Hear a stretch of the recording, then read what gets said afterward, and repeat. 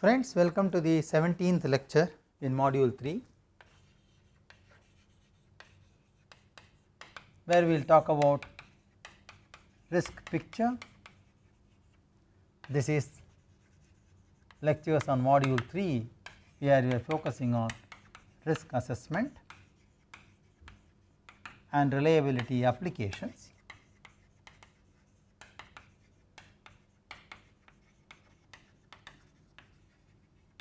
In the last lecture set of lectures, we saw that risk assessment has a strong economic perspective. It of course also involves a serious engineering judgment. It has got a very clever and very intelligent way of human intervention.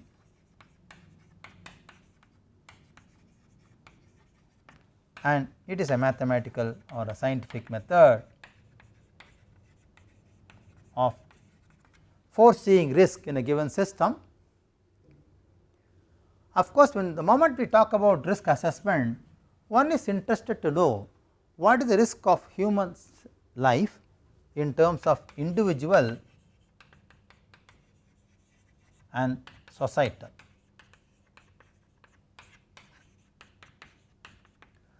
What would be the effect of any specific foreseen accident on set of personnel or a group of public who are involved around or who are habited around the plant. So, let us discuss this slightly in detail, what we call in general as a risk picture.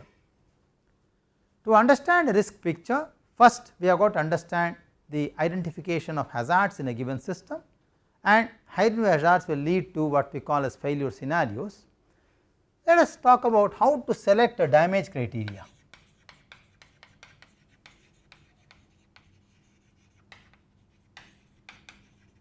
Suppose if we have identified set of failure scenarios, from the set of failure scenarios identified, how do I select a damage criteria? How do I know that this criteria is going to cause a serious damage and consequence in a given system? The damage criteria is generally influenced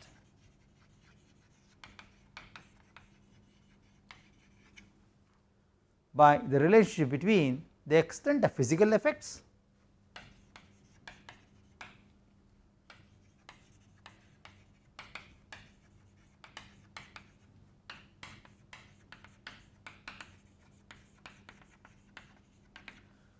what we can call as exposure and the effect of consequences.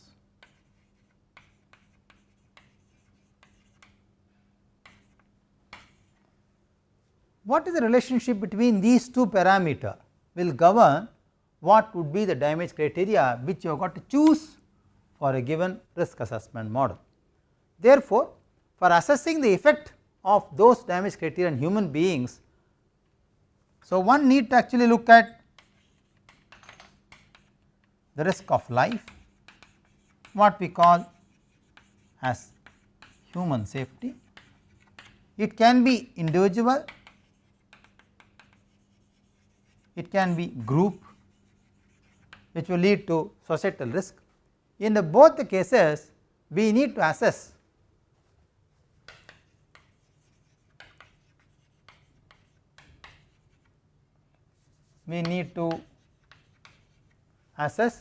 the effects of the perceived damage, or let us say probable damage scenarios on the human beings.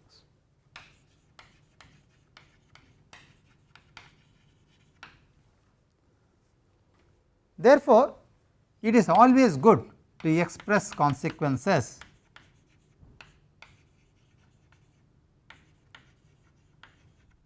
in terms of injuries,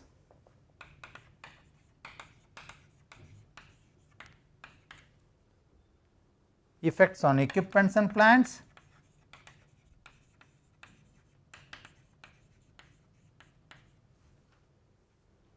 effects on property,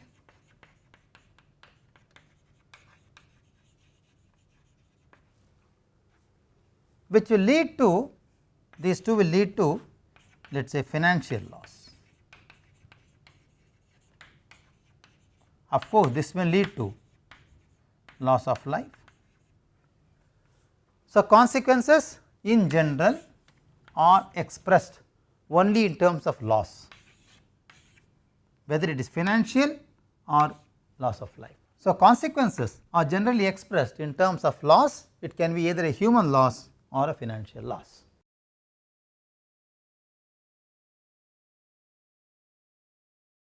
So, kindly please pay attention to the effect of different heat radiation on humans and equipments, which is given in a tabular form.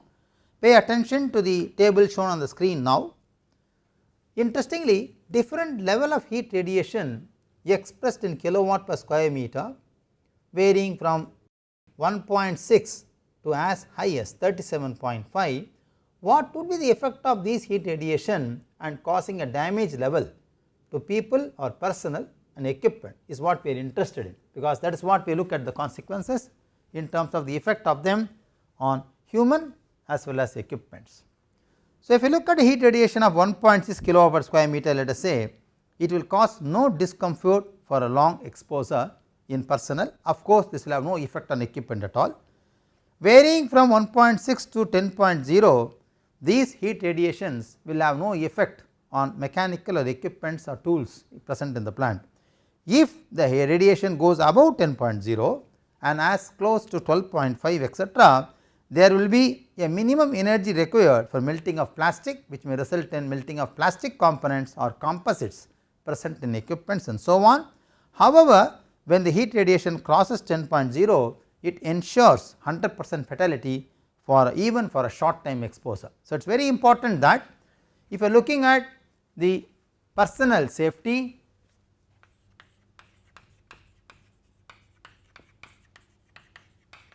then heat radiation intensity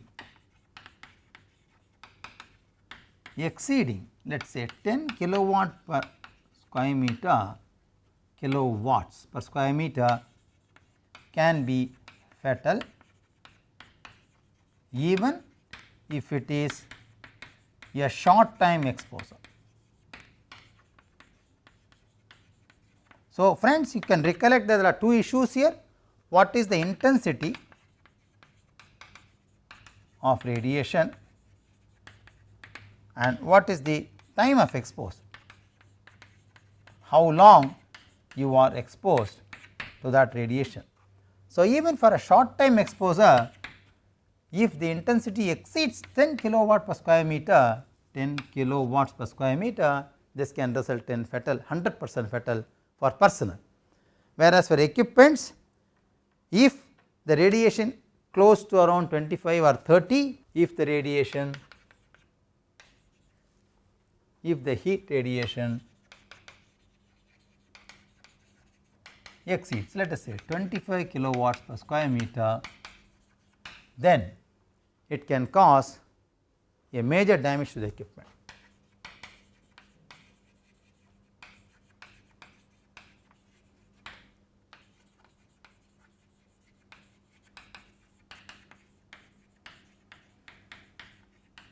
So, selection of damage scenario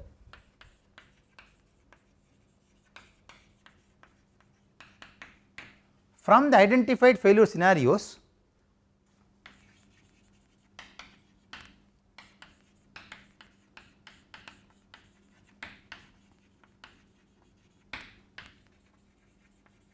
should be directed towards consequences in terms of personnel and property. So, one can easily identify amongst the selected chosen failure modes what are those damage scenarios. Once a scenario has been indicated here, which is heat radiation. Similarly, there is another important parameter what we talk about, time of exposure. The table what I showed now earlier is talking about the effect of heat radiation in terms of intensity, because it talks about the intensity in terms of damage to personnel or damage to equipment. Now, please pay attention to the table shown on the screen now. This will talk about damage to human life with respect to time of exposure. So, if the exposure duration is close to 10 seconds and the radiation is about 1% lethality in terms of kilowatt per square meter, which is closely around 21.2, even for 10 seconds this can cause 1% lethality. If the radiation is about 10 seconds, it can cause, and the intensity is around 16 kilowatt per square meter, this can result in second degree burns. If the intensity is about 12.5 kilowatt per square meter and the duration is 10 seconds, it can result in first degree burns, if the duration is about 10 seconds. If you increase the duration from 10 to 30, you will see that even at lower values of intensity of radiation can result in lethality or second degree or first degree burns as seen from the table respectively. So, time of exposure, intensity of radiation, both factors have a direct effect in terms of consequences, in terms of personal damage to people as well as the property in terms of equipments and plants, as one is interested in the damage scenario. So, one damage scenario what we saw is the heat radiation is one of the damage scenario.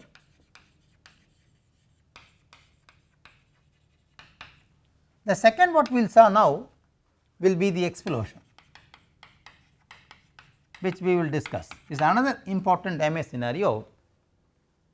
In case of vapor cloud explosion, because explosion can occur in many ways, the famous or the common type of explosion which can happen in oil and gas process industry is VCE, where VCE stands for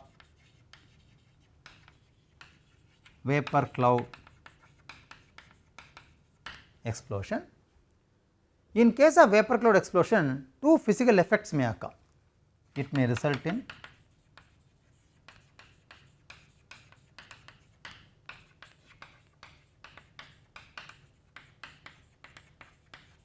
namely, one, a flash fire, it may cause a flash fire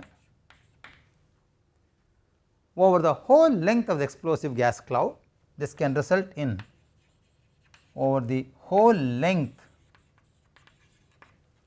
of the explosive gas cloud.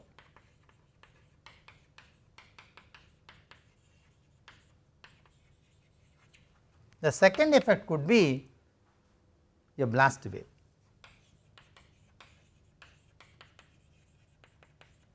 Can result in a blast wave with the typical peak overpressure circulating around the ignition source.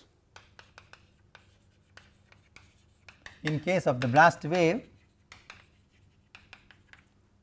the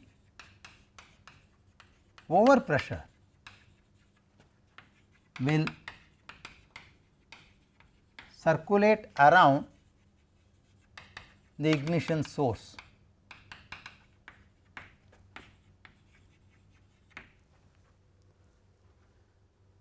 Now, what would be the effect of overpressure on human beings? That is what we are interested in, because ultimately risk analysis should deal with the physical effects or consequences on personnel or property. Okay. So, what would be the effect of overpressure?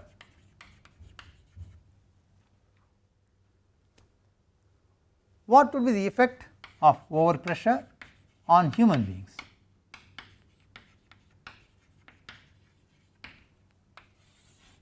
We have already seen what is the effect of radiation on human being in terms of intensity, in terms of times of exposure.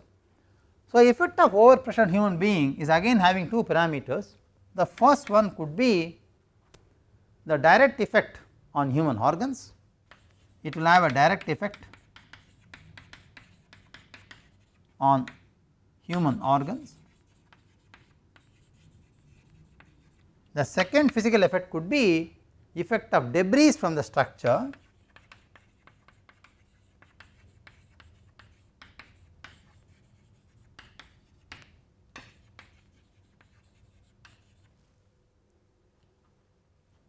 which is damaged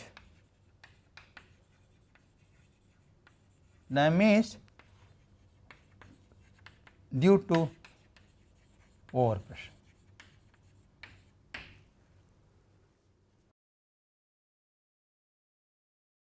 Now, among us these two physical effects caused by the overpressure on human being, the direct effect is more significant compared to the other one. Therefore, whenever there is a sudden change in pressure, when there is a sudden change in pressure,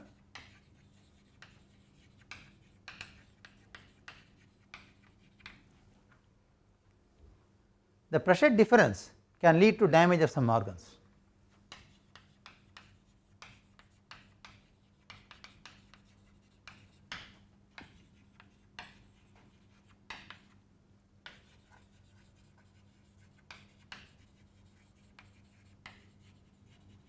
In particular, ears, lungs, etc.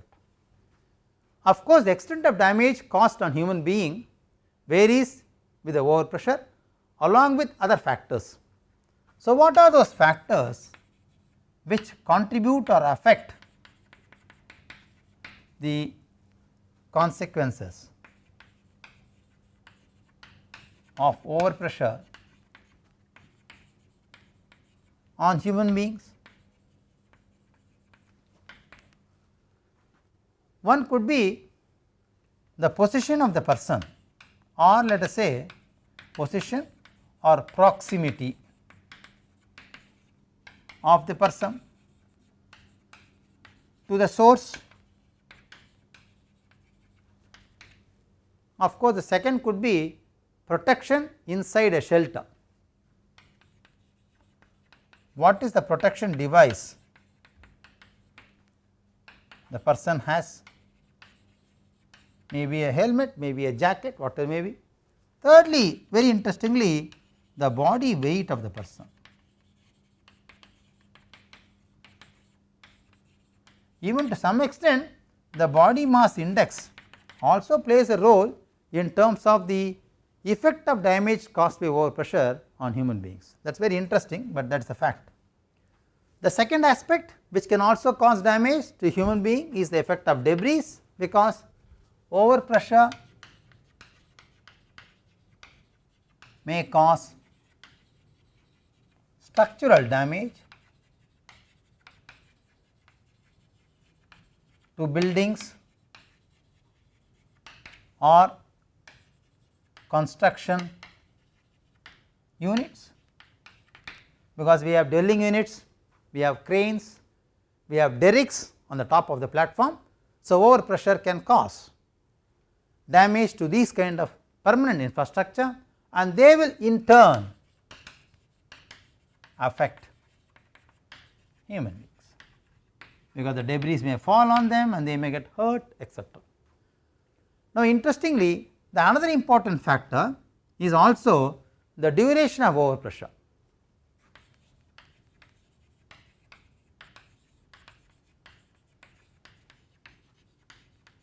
Is also an important factor.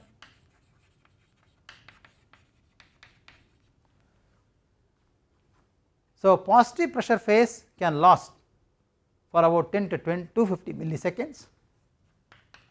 It has been seen in the literature that positive pressure phase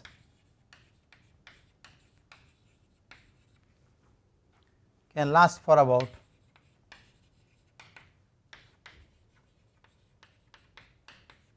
10 to 250 milliseconds.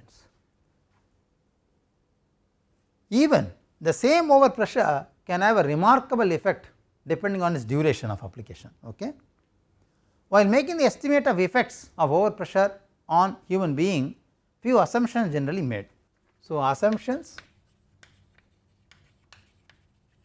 made while estimating the effects of overpressure on human.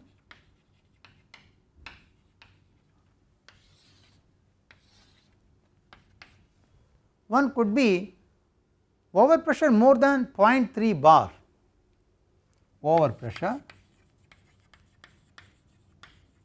greater than 0.3 bar corresponds to about 50% lethality.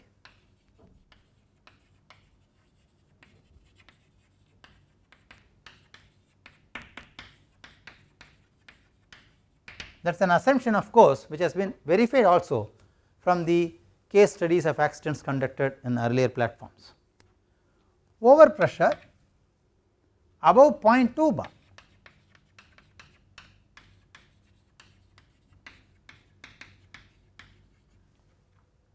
result in or corresponds to 10% fatalities.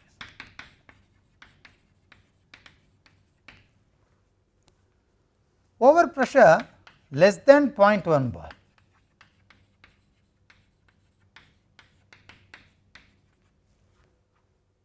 would not cause any fatality.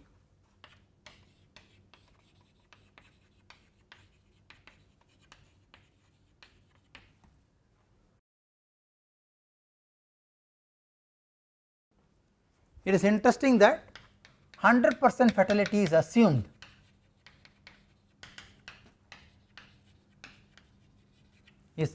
in analysis for all who are present within the vapor cloud. Okay.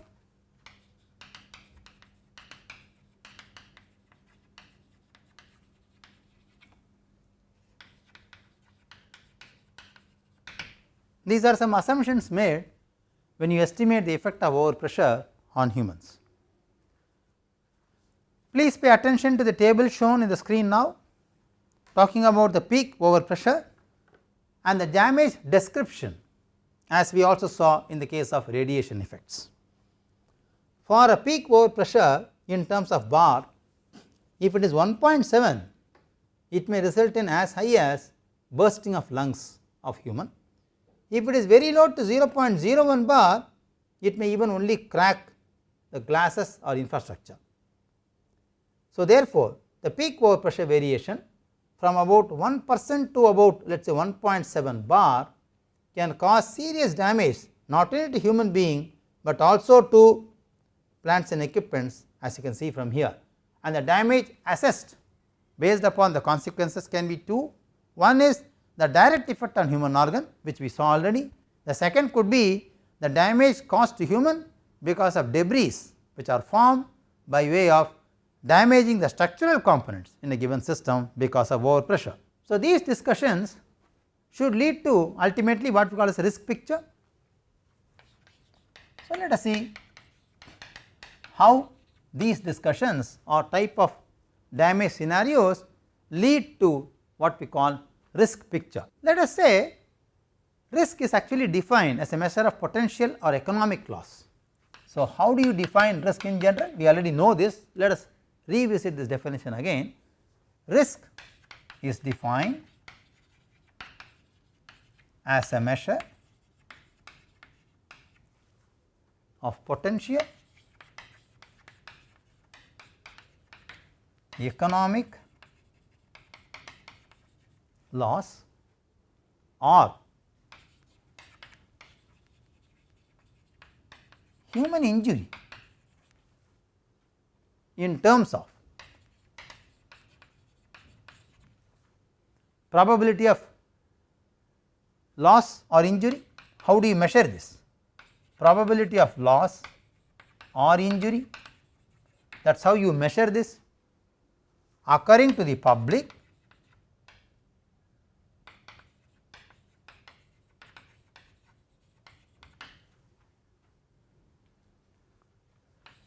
and the magnitude of the loss.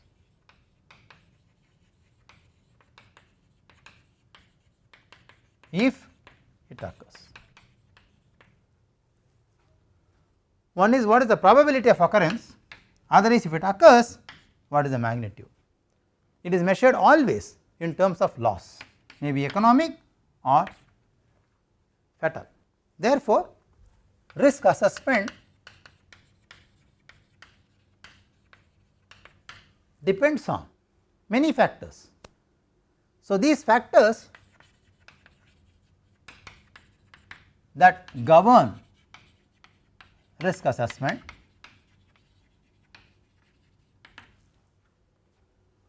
characterizes the quality of risk assessment, that is very, very important.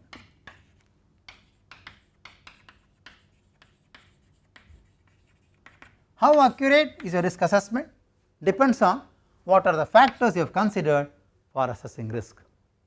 So, what are those factors which can always make a better risk assessment? 1, you must consider the population density of the place where the plant is located. You must consider the number of exposure hours of employee in the plant. You must consider also the economic value of the property situated around the plant.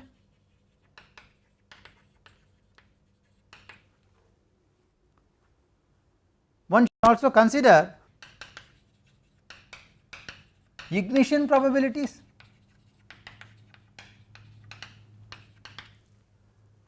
It is also necessary to know the population exposure.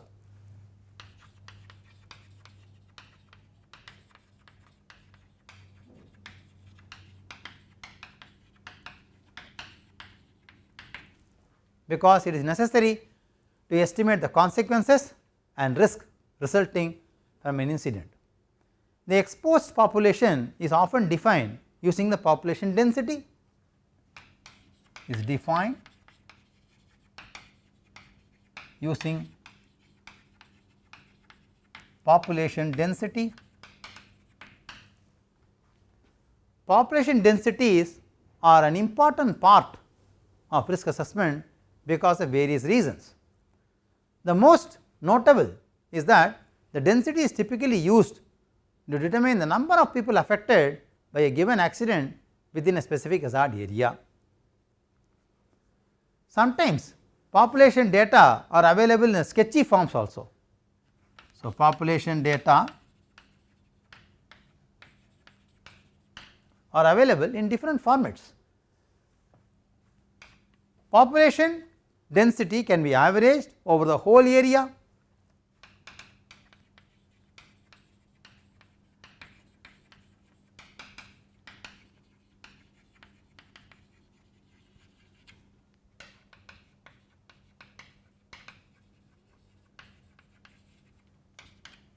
Two, the area can be subdivided into number of segments and you can use a separate population data for each segment. Divide the plant into number of segments and use the respective population data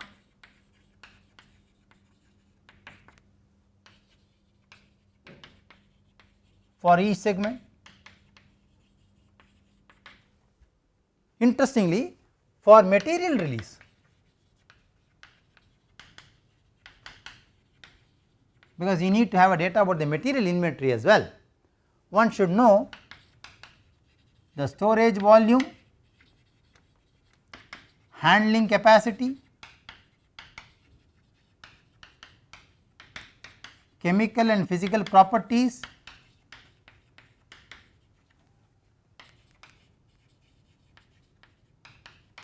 of the material,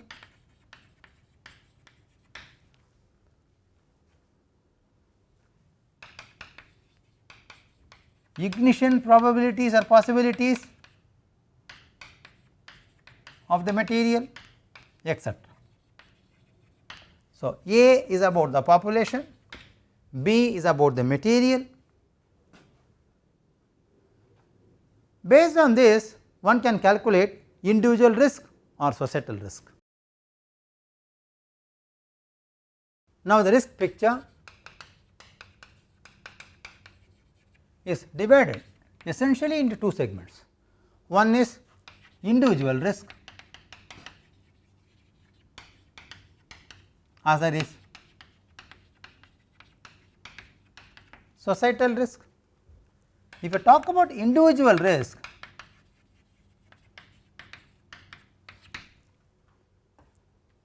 risk assessment is carried out by combining the consequences of every possible event. So, the steps could be combine all possible consequences of every event identified from each failure case.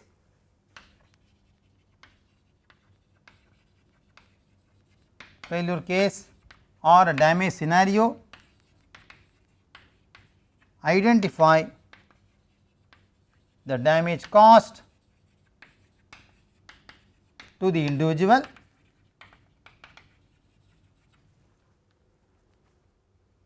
also obtain the event frequencies, how frequently such failures can happen, to obtain essentially the individual risk, because risk is actually the product of event frequency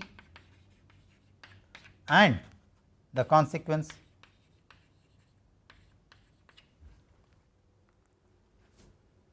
So, risk picture is essentially an interesting data by which it should converge to quantifying the risk on individual as well as societal. So, to obtain a risk picture, one need to actually have many data as an input supplied to the system. One could be the important is the population data, other could be the material release or the source of the material. So, we already said risk ultimately should convert to type of loss. It can be property loss or damage to the property, maybe loss or damage to life, etc. So, risk should be quantifying not only in economic terms, but also in terms of loss of human life, what we then count as individual or societal risk. So, friends, in this lecture we learned how to actually identify different parameters which can contribute, what are the importance of these parameters, what would be the consequence of these parameters chosen to identify risk picture in this lecture. We will continue with the next lecture and identify what would be the societal risk and elaborate on the risk picture more in detail, with which we will close this complete course with the last lecture in the next class. Thank you very much.